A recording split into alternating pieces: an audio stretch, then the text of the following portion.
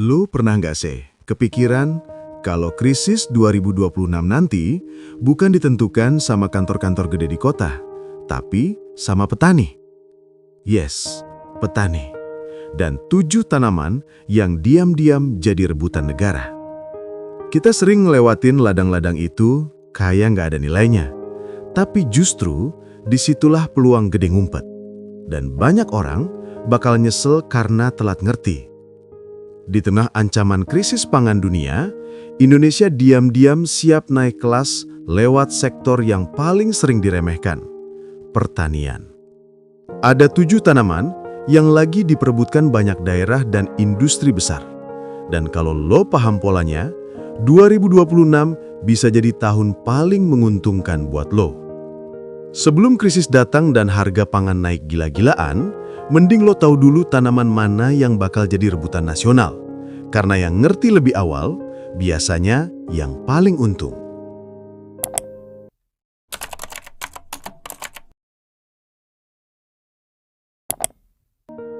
Lo sadar nggak sih? Cabai itu kayak hubungan mantan. Marah-marahin terus, tapi dicari lagi. Mau mahal, mau murah, konsumsinya hampir nggak pernah turun. Indonesia literally hidup pakai pedas. Dan justru karena cabai itu riskan, gampang busuk, sensitif cuaca, peluangnya jadi paling gede. Yang berani main di sini, cuannya bisa bikin lutut bergetar. Kalau pasokan turun dikit aja, harga cabai bisa meledak 3-5 kali lipat. Yang nanam di momen tepat, auto jackpot. Nah, ini bagian serunya. Dulu nanam cabai cuma modal nekat. Sekarang ada mulsa plastik, irigasi tetes, sampai rumah naungan. Hasilnya lebih stabil, gagal panen makin kecil. Buat pemula, bukan soal nanamnya, tapi kapan nanamnya. Yang ngerti siklus cuaca, panen pas momen langka, dan itu yang bikin kaya. Yang gila adalah efeknya. Begitu harga cabai naik, desa-desa penghasil langsung hidup. Toko buka, motor laku, semua muter. Cabai bikin ekonomi kerasa real. Makanya, 2026 diprediksi jadi tahun di mana cabai berubah jadi emas merah. Yang siap dari sekarang, kamu bakal ada di gelombang pertama.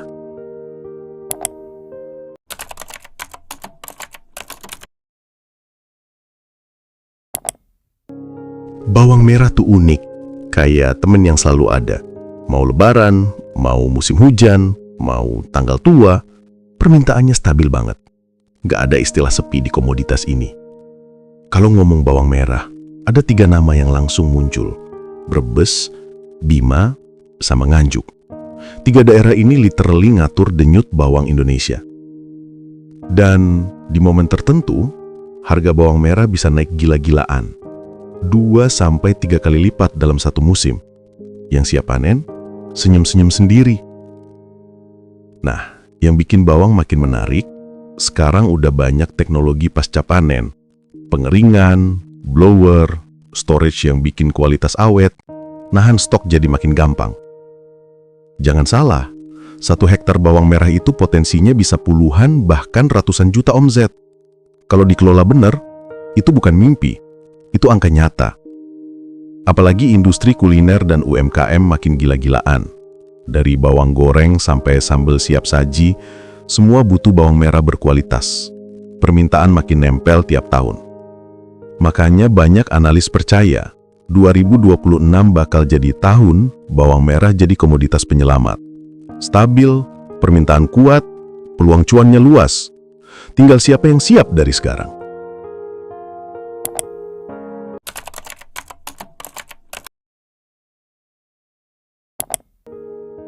Banyak orang nggak sadar, jagung itu bukan cuma buat makanan. Industri pakan ternak tuh penyerap terbesar dan demand-nya gila stabilnya. Apalagi pemerintah lagi ngegas banget buat swasembada jagung. Tahun 2026 itu bakal jadi tahun paling serius mereka dorong produksi. Dan enaknya lagi, sekarang makin banyak sistem kemitraan sama pabrik pakan. Pendampingan ada, pasar jelas, harga nggak banyak drama. Yang bikin peluang makin gede itu simple, dryer. Begitu kadar air jagung ideal, harga bisa beda jauh. Ini tuh game changer banget buat petani. Kebutuhan protein nasional makin naik tiap tahun. Dan guess what? Kalau ternak naik, jagung ikut naik. Simple tapi powerful. Bahkan, jagung sekarang masuk ke energi alternatif. Permintaan baru ini bikin nilai jagung makin kuat dan gak cuma bergantung ke satu industri. Kalau semua tren ini digabung, 2026 bisa jadi momentum emas jagung. Kamu ngerasain vibe-nya juga nggak? Drop siap gas di komentar kalau kamu nonton sampai sini.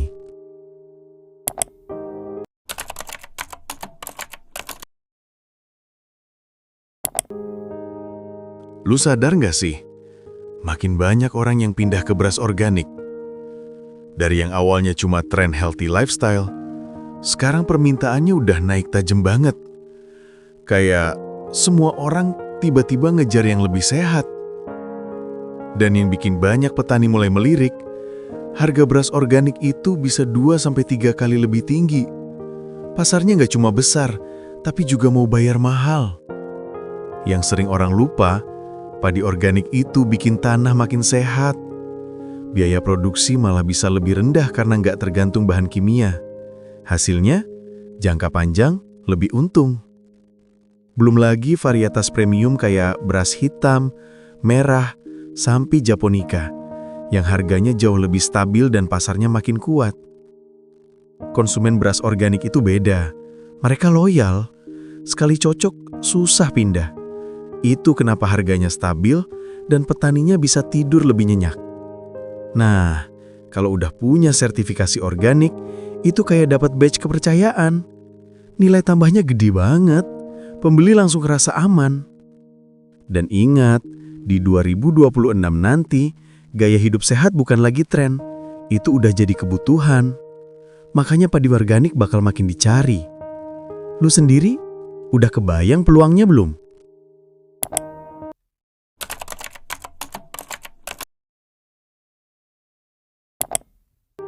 Lo pasti mikir, singkong itu tanaman murah meriah kan?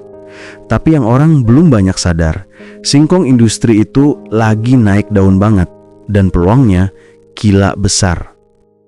Singkong itu dipakai di mana-mana, mulai dari tepung mokaf, bioetanol, sampai pakan ternak. Satu bahan baku, 3 industri jalan bareng. Dan ini penting, singkong bisa jadi substitusi gandum impor.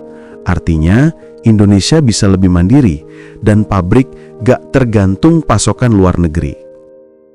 Sentra singkong kita juga kuat, Lampung, Jawa Timur, Jawa Tengah. Dan 3 wilayah ini bakal ngedorong industri singkong ke level baru. Sekarang makin banyak desa punya mesin pengering dan penggiling sendiri. Ini game changer karena nilai tambahnya bisa langsung naik di tempat. Singkong mentah itu murah, tapi begitu diolah jadi tepung, bioetanol, atau pakan, nilainya bisa melonjak berkali lipat. Ini yang bikin banyak UMKM stabil banget. Makanya di 2026 nanti, singkong bukan cuma pangan. Dia jadi komoditas strategis buat energi, industri, sampai UMKM. Lo sendiri, kebayang belum peluangnya sebesar apa?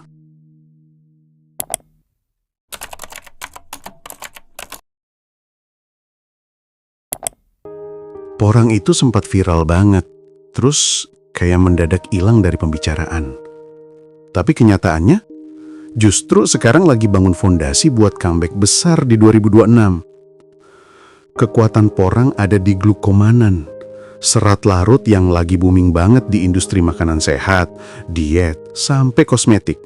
Nilainya tinggi banget. Yang bikin porang makin menarik, Jepang dan Korea itu fans berat produk glukomanan.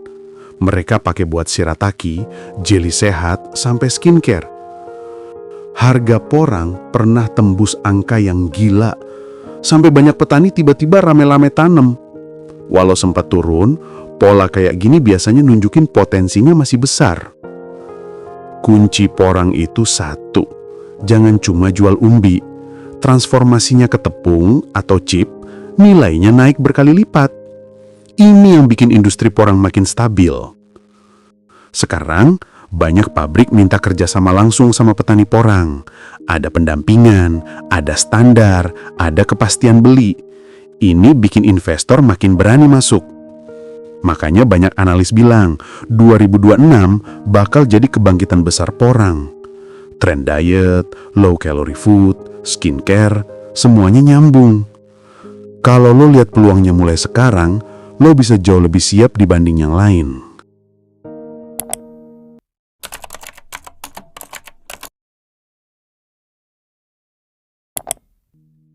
Gue kasih tahu satu fakta simple. Konsumsi kopi di Indonesia itu naik mulu tiap tahun. Nggak peduli kondisi ekonomi kayak apa, kopi tuh kayak temen curhat yang nggak pernah ninggalin. Kopi specialty itu bukan kaleng-kaleng. Harganya bisa jauh lebih tinggi dibanding kopi biasa. Ini bukan cuma soal minuman, tapi seni, karakter, dan cerita yang dijual. Proses pasca panen tuh magis banget.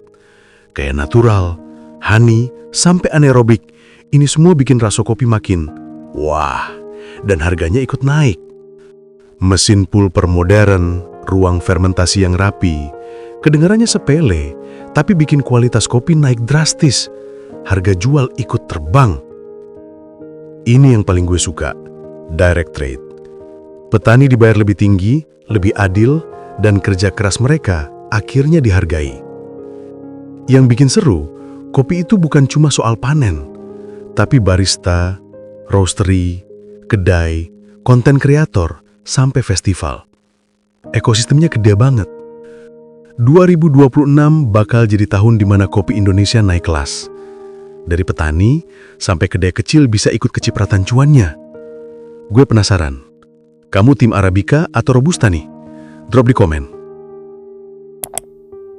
Dari cabai, bawang, jagung, padi organik, singkong, porang, sampai kopi, 7 tanaman ini bukan sekedar komoditas.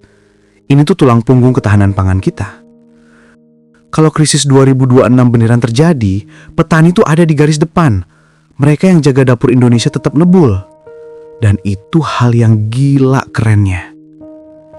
Yang bikin semakin menarik, peluang di pertanian itu sekarang kebuka banget buat generasi muda. Teknologi baru, pola tanam, olahan, sampai bisnisnya, semua bisa dimasukin. Suka nggak suka, masa depan Indonesia itu balik lagi ke tanah, ke makanan, ke petani. Dan kalau kita bisa ambil bagian dari sini, kecil atau besar, itu bakal berarti banget. Kalau kamu merasa video ini ngebuka wawasan sedikit aja, tinggalin like biar makin banyak yang kebantu, drop pendapatmu di komentar, dan jangan lupa subscribe, biar nggak ketinggalan insight lainnya. Kita belajar bareng, pelan-pelan, tapi pasti.